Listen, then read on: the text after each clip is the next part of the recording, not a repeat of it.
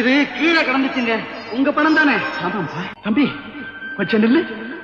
யாரப்பா? நான் இந்த முருகனையே நம்பிட்டு இருக்கிற அனாதைங்க. தெரு தெருவா வண்டி தள்ளி கூலிக்கு பணம் வித்துக்கிட்டு இருக்கிறேன். என்ன காப்பாத்துனதுக்காக உனக்கு கொடுக்கல. வச்சு பழச்சிட்டு. நானா காப்பாத்துனேன்? இல்லைங்க, அவன் காப்பாத்தினான். அவன் வேல் காப்பாத்துச்சு.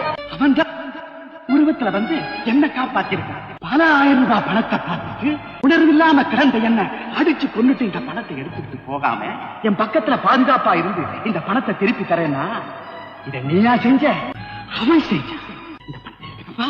இல்லைங்க, வேண்டாங்க. இந்த பணத்தை வச்சு கோயிலுக்கு ஏதாவது செய்யுங்க. எனக்கு அவன் கொடுப்பான். அவன் தான்ப்பா என் உருவத்துல வந்து உன் ஏழ்மையை போக்குறதுக்காக கொடுக்கறான். உனக்கு சந்தேகம் இருந்தா அவனையே கேளு. என்னப்பா நீ பணம் கொடுக்கறேன்னு சொல்றேன், அவன் வேண்டாங்கிறான். சொல்லப்பா, நீயே சொல்லப்பா.